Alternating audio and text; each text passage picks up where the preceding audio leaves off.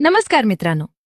आज आपण शिकणार आहोत विभक्ती कशी ओळखावी अगदी सोप्या पद्धतीने. लक्षपूर्वक ऐका आणि प्रत्येक उदाहरण समजून घ्या. पहिली, प्रथमा विभक्ती. ज्या शब्दाला कोणताही प्रत्यय नसतो तो कर्ता म्हणजे प्रथमा. उदाहरण, राम आंबा खातो.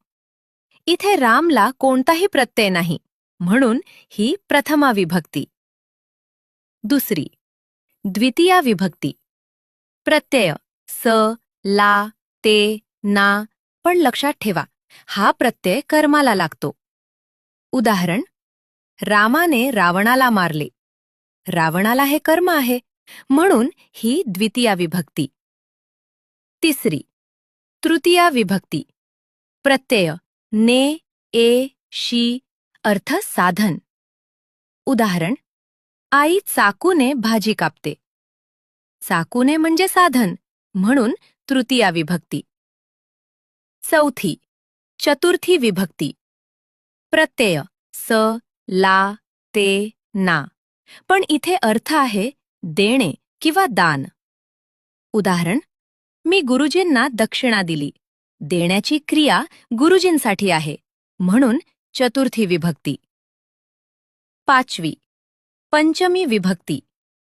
प्रत्यय ऊन, हून, अर्थ कोठून किंवा दूर जाणे.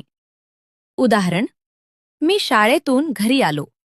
शाळेतून म्हणजे कोठून म्हणून पंचमी विभक्ती. सहावी, षष्ठी विभक्ती. प्रत्यय सा, ची, चे अर्थ संबंध किंवा मालकी. उदाहरण, हा पवनचा पेन आहे. पवनचा म्हणजे संबंध म्हणून षष्ठी विभक्ती. सातवी, सप्तमी विभक्ती.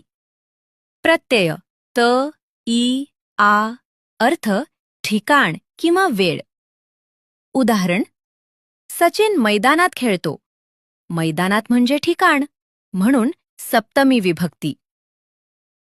आठवी, संबोधन. हाक मारण्यासाठी वापर.